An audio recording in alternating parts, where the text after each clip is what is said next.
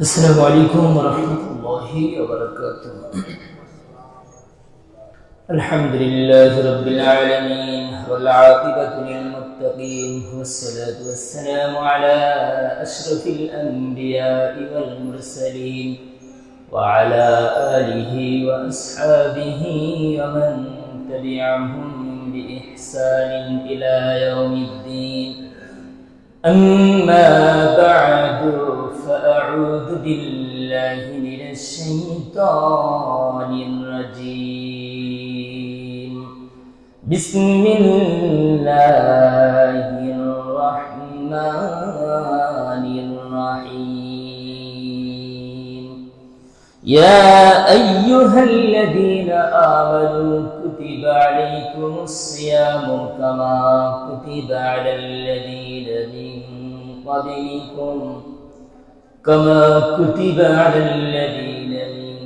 قبلكم لعلكم تتقون.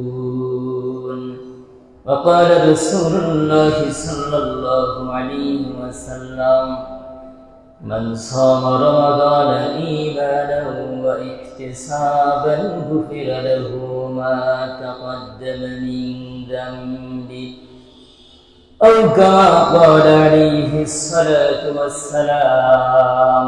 وقال تعالى في شان حبيبه مخبرا وآمرا: إن الله وملائكته يصلون على النبي يا أيها الذين آمنوا صلوا عليه وسلموا تسليما. اللهم صل على محمد وعلى آل محمد كما صليت على إبراهيم وعلى آل إبراهيم إنك حميد مجيد. اللهم بارك على محمد وعلى آل محمد كما باركت على إبراهيم وعلى آل إبراهيم إنك حميد مجيد. بلغ العلا بكماله كشف الدجى بجماله حسنت جميع خصاله. صلوا عليه وآله.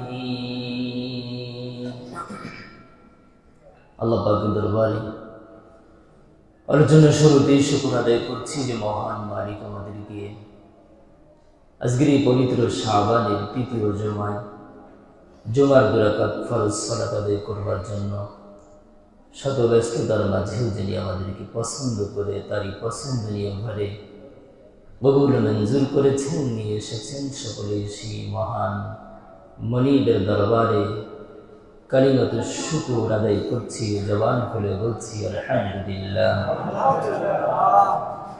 লক্ষ কোটি দুরূদ সালাম বর্ষিত হোক প্রাণ প্রিয় হাবিব বিশ্বনবী মহানবী সরকার দো জাহান মুহাম্মদ মুস্তাফা আহমদ মুজতবা রাসূল করিম সাল্লাল্লাহু আলাইহি ওয়াসাল্লামের উপর। সর্বোপরি শুকরিয়া সেই মালিকের দরবারে যিনি আমাদেরকে হাঁটি হাঁটি পা পা করে জীবনের একটি বছর অতিক্রান্ত হবার পর আবারও সেই কাঙ্ক্ষিত মুসলিম উম্মার মাস রমাদান মাস, যে মাসটিকে আমাদের অত্যন্ত সন্নিকটে যিনি নিয়ে এসেছেন, এনে দিচ্ছেন, আমরা আবারও সেই মালিকের দরবারে শুকর গুজার হই, বলি আলহামদুলিল্লাহ। রমাদান মাস মুসলিম উম্মার জন্য অত্যন্ত একটি মর্যাদাপূর্ণ মাস, আনন্দের মাস, ইবাদতের মাস, আল্লাহকে রাজি আর খুশি করবার জন্য এক সুবর্ণ সুযোগের মাস রমাদান মাস। এই মাসটি পাওয়াতে যারা সত্যিকারের মুমিন তারা চমৎকারভাবে খুশি হয়। পক্ষান্তরে যারা মুমিন নামের ভেজাল তারা আবার উল্টা খুব বেজার হয়। তারা মনে মনে ভাবে কখন এটা বিদায় হবে। তারা খুব তড়িঘড়ি করে বিদায় কামনা করে, কারণ যে যাকে ভালোবাসে দেখবেন ভালোবাসার বস্তুটাকে কেউ সহজে হারাতে চায় না, তাই না? সহজে হারাতে চায় না।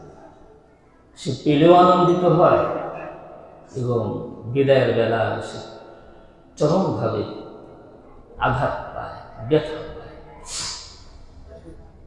যেমন একজন স্বামী সে যদি প্রবাসে চলে যায়, দেখবেন দুনিয়ার অনেক স্ত্রী আছে, তাকে যখন প্রবাস জীবনে বিদায় দেওয়ার জন্য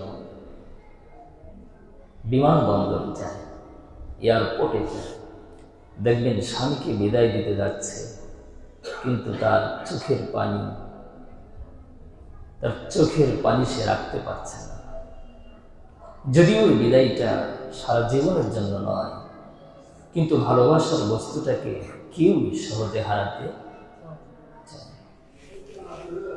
তো রমাদান মাস যে মুসলিম উম্মার জন্য অত্যন্ত একটি আনন্দ, অত্যন্ত মর্যাদার মাস, সম্মানের মাস, ভালোবাসার মাস, হৃদয়ের মাস।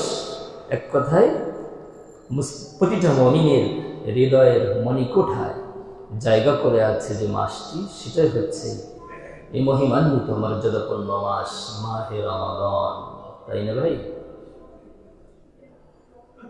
এজন্যই সূরা বাকারা 183 নম্বর আয়াতের ভিতরে আল্লাহ ব্যর্থহীন কণ্ঠে বললেন, ইয়া আইয়ুহাল্লাযীনা আমানু কুতিবা আলাইকুমুস সিয়ামু কামা কুতিবা আলাল্লাযীনা মিন ক্বাবলিকুম লাআল্লাকুম তাত্তাকুন। আল্লাহ বললেন, হে ঈমানদারেরা, কুতিবা আই ফরিদা, আমি তোমাদের উপরে রমাদানের এই রোজাকে ফরজ করে দিলাম, কামা কুতিবা আলাল্লাযীনা মিন ক্বাবলিকুম, যেমনটি ফরজ করেছিলাম তোমাদের পূর্ববর্তী নবী এবং উম্মতদের উপরে। বোঝা যায় যে রমাদানের রোজাটা শুধুমাত্র আমাদের জন্য না, পূর্বেও ছিল।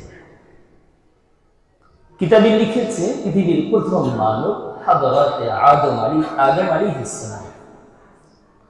আমরা যে 3টা রোজা রাখি না প্রতি মাসে, যেটাকে আইয়ামে বীজ বলে, 14, 15, 16, কিতাবে এসেছে হযরত আদম আলাইহিস সালাম ওই 3টা রোজা রাখতেন,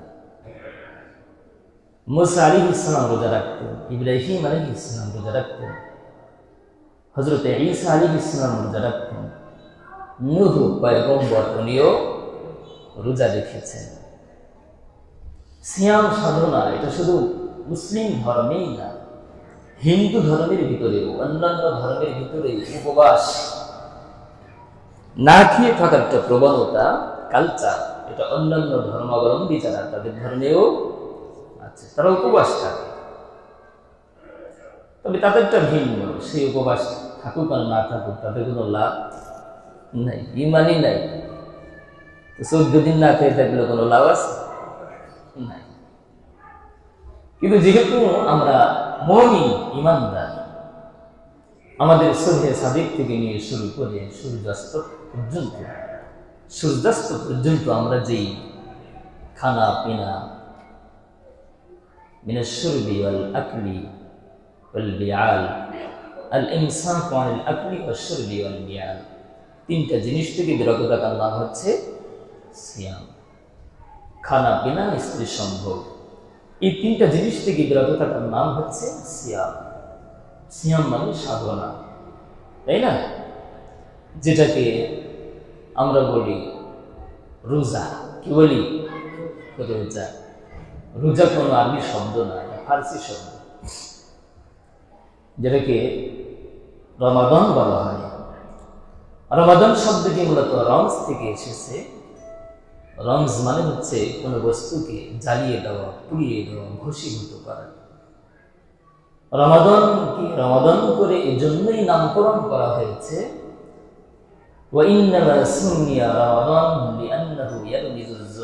হাদিসে পাকের ভাষায় এসেছে যে রমাদানকে এজন্য রমাদান করে নামকরণ করা হয়েছে যেহেতু রমাদানের রোজার মাধ্যম দিয়ে বান্দার জীবনের গুনাহগুলি একেবারে জ্বালিয়ে পুড়িয়ে ছাই করে ভস্ম করে দেওয়া হয়।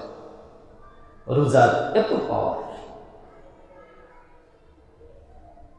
এজন্য একজন মুমিন সে তো চমৎকার ভাবে খুশি হওয়ার কথা যে তার জীবনের গুনাহগুলির মোচন হবে এই মাসে, গুনাহগুলির ছাপাই হবে, পরিষ্কার হবে, ক্লিন হবে এই মাসে।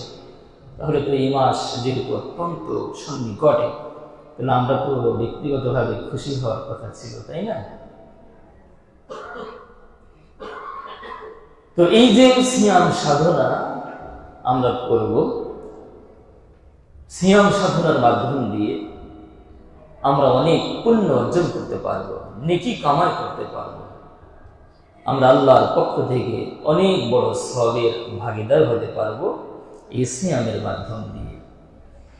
এজন্যই নবী বলেছেন, মান সাওয়া রমাদানা ঈমানান ওয়া ইহতিসাবা গুফিরা লাহু মা তাকদ্দামা মিন যামবি। নবীজি বলেছেন, মান সাওয়া রমাদানা ঈমানান ওয়া ইহতিসাবা, যে মুমিন ঈমানের সাথে সবের নিয়তে মাহে রমাদানের মাসকে যারা সুবহে সাদেক থেকে নিয়ে সূর্যাস্ত পর্যন্ত তিনটা জিনিস থেকে নিজেকে বিরত রাখবে, নবীজি বললেন এক একটা রোজার বদৌলতে তার জীবনের সকল গুনাহ মাফ হয়ে যেতে পারে।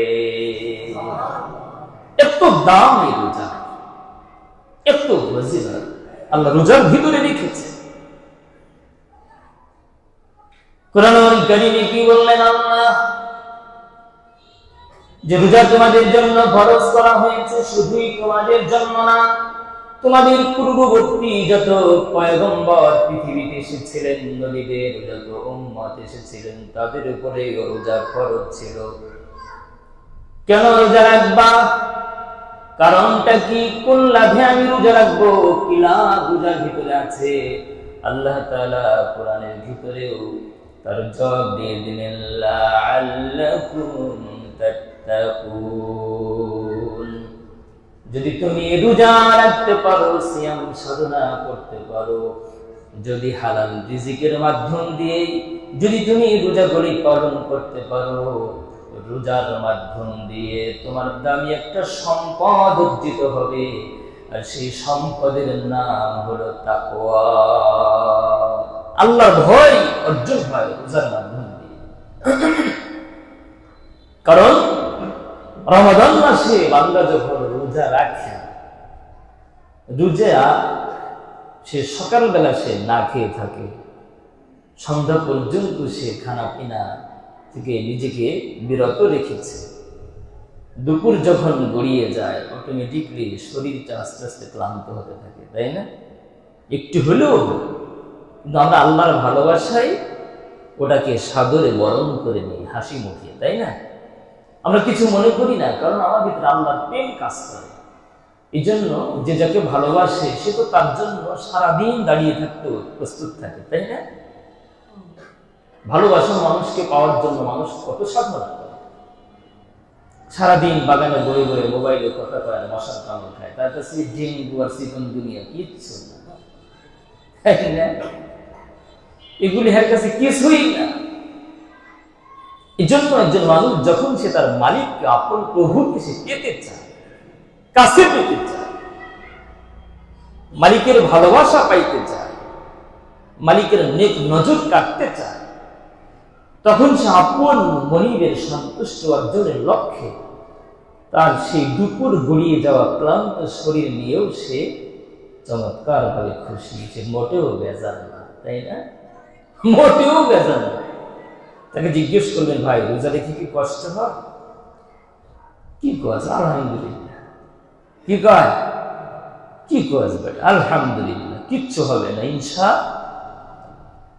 কারণ তার মনের ভিতরে একটা ভরসা আছে কার উপরে, যে রোজা রেখে যদি মরেও যায় তাও তো ভালো, তাই না? এটা কিতাবে দেখলাম লিখেছে, যদি কোনো ব্যক্তি রমাদানের রোজা অবস্থায় মারা যায়, কিয়ামত পর্যন্ত তার কবরে কোনো হিসাবই হবে না। কি মনে করলেন?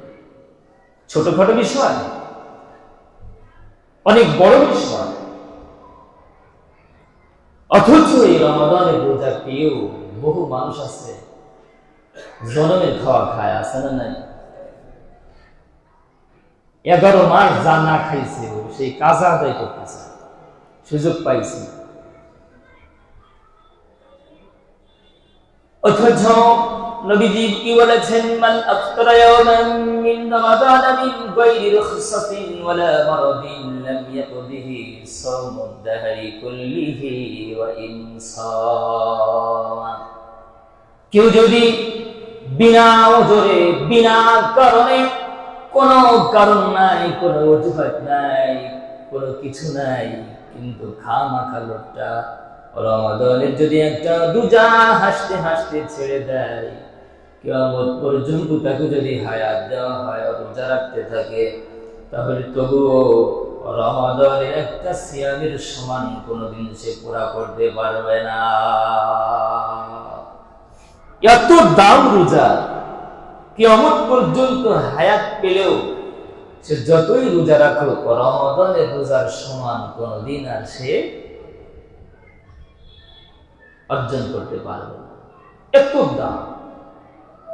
যুগ যুগ ধরে রোজা রাখবে, হাদিসে এসেছে, সে যুগের পর যুগ, যুগ থেকে যুগান্তর সে রোজা রাখবে, কিন্তু রমাদানের সিয়ামের সমান ওটা কোনোদিন হতে পারে না। এত দাম রোজা। তবে কিছু মানুষের জন্য রমাদানে ছাড় আছে, কিছু মানুষের জন্য রমাদানে ছাড় আছে। এই রমাদানের সময়টা দীর্ঘ নয়, মাত্র 1 মাস। আইয়ামান মা'দুদাত। আল্লাহ তাআলা ওখানে আমাদেরকে বললেন, রমাদানের মাধ্যম দিয়ে তোমার তাকওয়া অর্জন হবে, খোদাভীতি অর্জন হবে, অন্তরে আমার ভয় তৈরি হবে। কারণ 1 মাস যখন তুমি রোজা রাখবা, বারবার খেতে মনে চাইলেও তুমি খাবে না, বারবার ঠোঁট গলা শুকিয়ে আসবে, কলিজা শুকিয়ে আসবে, কিন্তু তুমি পানি পান করবে না। এটার মাধ্যম দিয়ে তোমার ভিতরে তাকওয়া অর্জন হবে। কারণ গুনাহ করার প্রবণতা প্রতিটা মানুষের ভিতরে আল্লাহ অটোমেটিকলি ঢুকিয়ে দিয়েছেন। গুনাহ করতে মনে চায়, পাপ কামাই করতে মনে চায়। শয়তান মানুষকে বারবার প্রবঞ্চনা দেয়, ওয়াসওয়াসা দেয়, ধোঁকা দেয়, গুনাহ করে দেয়, মজা। কিন্তু যাদের ভিতরে ঈমানের নূর আর স্পিড বেশি, তারা শয়তানের ধোঁকায় পড়ে না। তারা মনে মনে ভাবে, দুনিয়ায় সামান্য সময়ের তৃপ্তি আর মজার জন্য যদি আমি গুনাহ করি, অনন্ত অসীমকালের জীবন আমাকে আল্লাহর জাহান্নামের আগুনে জ্বলতে হবে, ঠিক কিনা? সে ভয় করে না। এজন্য রোজাদার ব্যক্তিও তার পানি পান করার সুযোগ থাকে, বাসায় কেউ নাই, পাতিলের ভিতরে খাবার রেডি আছে, ফ্রিজের ভিতরে মাংস আছে, মাছ আছে, গোশ আছে, ডিম আছে, দুধ আছে, কলা আছে, কত দামি দামি রকমারি খাবার তার বাসায় মজুদ আছে। কিন্তু আল্লাহর বান্দা খায় না কেন? সে দুনিয়ার কাউকে ভয় করে না, ভয় করে একজন তার আপন মালিক আল্লাহ। কাকে? সে আল্লাহকে ভয় করে। এজন্যই সে খানা পিনার সুযোগ থাকার পরেও সে খানা খায়। কি আমাদের সবার বাসায় কম বেশি রমজান মাসে খাবার থাকে না? আমরা কি খাই? খাই। তবে কিছু মানুষ আবার আছে, রোজা না রাখলে কি হবে, কিন্তু ইফতারের বেলায় সামনের কাতারে খায়, আছে না নাই? মনে করে কি কেউ মনে হয় জানে না। আরে রোজাদারের মুখের দিকে তাকাইলে আর বুঝদারের মুখের দিকে তাকাইলে তো চেনা যায় না। কারণ ভাত টাত খাইলে তো চেহারাটা তেলতেলা তেলতেলা লাগে, তাই না? তেলতেলা তেলতেলা তৈলাক্ত লাগে। আর সারাদিন রোজা রাখলে চাপা চোখ ভেঙে আসতে চায়। হ্যাঁ, চাপা টাপা লেগে যেতে চায়, মুখ টুক শুকায় যায়, মানে এতিম, গরিব, অসহায়, কাঙ্গাল এমন এমন লাগে। আর যেটা খায় গোপনে গোপনে, ও চেহারার দিকে তাকাইলে মানে কেবল মনে হয় সেটি দিছে, কেবল মেরিয়ে গেছে, বুঝা যায়। আবার ইফতারির সামনের কাতারে থাকে। তুমি কাকে ধোঁকা দিচ্ছ? দুনিয়ার মানুষকে ধোঁকা দিলেও আল্লাহর চক্ষু ধোঁকা দেওয়ার ক্ষমতা, এটার নাম হচ্ছে তাকওয়া। এই তাকওয়া অর্জন হয় রমাদানের মাধ্যম দিয়ে। যেমন একজন পীর সাহেব তার একজন মুরিদকে খুব ভালোবাসে, প্রচন্ড ভালোবাসে, কিন্তু অন্যান্য মুরিদরা খুব হিংসা করে। যেমন কিছু মা বাবা আছে সন্তানদের মাঝে কাউকে কাউকে বেশি ভালোবাসে, আছে না এরকম? অটো কায়দা হয়ে যায়, করবো কি, ওটা কথা শুনে আর ওটা লোক কথা শুনে না, করবো কি বেড়া, তাই না? যেটা কথা শুনে ওরা তো একটু বেশি ভালোবাসা দিবি বাবা। যেমন ইউসুফ আলাইহিস ইসলামের বাবা ইয়াকুব আলাইহিস ইসলাম ইউসুফ আলাইহিস ইসলামকে ভাইদের মাঝে বেশি ভালোবাসতেন, তাই না?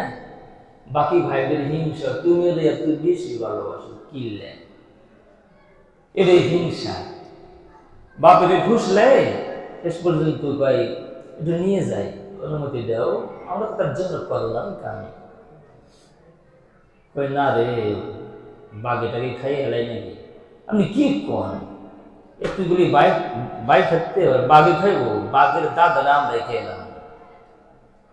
কই না, নবী তো অন্তরে আঘাত লাগে, বাপে কিন্তু বোঝে মা বাবা সন্তান বিপদগ্রস্ত হওয়ার আগে কেন যেন তাদের কলিজায় আঘাত লেগে যায়, কারণ ওই যে ভালোবাসে যে অন্তর দিয়ে। তা ঠিকই ভাইরা তাকে ফুসলায় এসে কূপের ভিতরে খুলে দিয়েছে, রাখে আল্লাহ। এরকমই কারোর প্রতি একটু ভালোবাসার মাত্রাটা একটু হলেও বেড়ে যায়। তো এইভাবে করি কি জন্য বলতেছিলাম প্লিজ, পীর সাহেব। তো পীর সাহেবের এক মুরিদের প্রতি খুব ভালোবাসা, বাকিরা খুব হিংসা করছে, হিংসা আগুনে জ্বলে পড়ে ভস্ম হচ্ছে, সহ্য করতে পারছে না। পীর সাহেব এবার বললেন, শোনো, তোমাদের সবার কাছে আমি একটা করে ছুরি দিব আর মুরগি ধরিয়ে দিব, যাও এমন জায়গা গিয়ে জবাই করবা যেখানে কেউ দেখবে না, যে যতটা গোপনীয়তা রক্ষা করে জবাই করতে পারো তো ভালোই হবে। জবাই করে করে আমি পীর সাহেবের দরবারে মুরগিগুলিকে হাজির করে আনো। সবাই তো নিয়ে গেছে মুরগি, চিপাই চাপাই দরজা মরজা যেমনি খুশি, জানালা ফানালা সাঁটার মাটার পর্দা টর্দা ইচ্ছা মতো দিয়ে কালো পর্দা দিয়ে সবাই করে আছে, মনে করছি কি হতে দেয়। একজন মুরগি জবাই করে নাই, কিচ্ছু না, তাজা মুরগি চিল্লাইতেছে, এটা আবার যেমনি দিছে আপনি ধরে নিয়ে আসছে পীর সাহেবের কাছে। আর পীর সাহেব সবার সামনে বলছে, কি ব্যাপার বাবা, সবাইকেই তো মুরগি দিলাম, চাকু দিলাম, গোপনীয়তা রক্ষা করে জবাই করবার জন্য অনুমোদন দিলাম, তো তুমি কেন জবাই করলে না?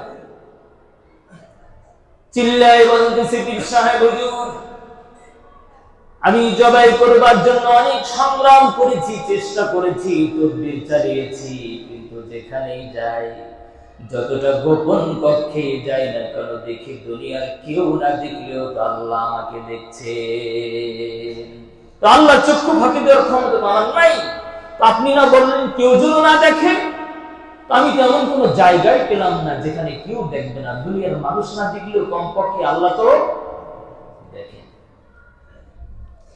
পীর সাহেব এবার বললেন, দেখো তোমরা তো হাজার হাজার মুরিদ আর ভক্তবৃন্দ আমার আছো, কিন্তু দেখো রে কেমন একজন মুরিদানি বানিয়েছি, যে আমি তার কাছে তোমাদের মতোই মুরগি ধরিয়ে দিয়েছিলাম, কিন্তু আল্লাহর বান্দা জবাই করে নাই, তাকে যেমন দিয়েছিলাম তেমনটাই না আবার আমার দরবারে হাজির করলো। আর ওকে এত ভালোবাসি কেন? দেখো ওর ভিতরে যতটুকু আল্লাহর ভয় আছে তোমাদের সকলের মাঝেও ততটুকু আল্লাহর ভয় নাই। ওর একার মাঝে যতটুকু ক্ষুধাভীতি আছে, তাকওয়া আছে, তোমাদের সবার মাঝে অতটুকু তাকওয়া নাই। এই জন্য আমাদের বেশি ভালোবাসি। এই তাকওয়া অর্জন হয় রমাদানের মাধ্যমে। কারণ বান্দার মাঝে যখন তাকওয়া এসে যায় তখন সে পাপ করে না। যারা যত বেশি তাদের পাপের স্পিড আর গতি বেশি, সে দেখবেন তত বেশি সে তাকওয়া থেকে অনেক দূরে আছে, ঠিক না? এজন্যই খলিফাতুল মুসলিমিন ওমর রাদিয়াল্লাহু তাআলা আনহু উনি মাঝে মাঝে গভীর রজনীতে ছদ্মবেশী হয়ে সমাজের, রাষ্ট্রের মানুষের খোঁজ খবর নিতে বের হতেন। একদিন তিনি বরাবরের ন্যায় প্রজাবর্গের খবর নেবার জন্য রাষ্ট্রীয় দরবার থেকে, সিংহাসন থেকে তিনি বেরিয়ে পড়লেন।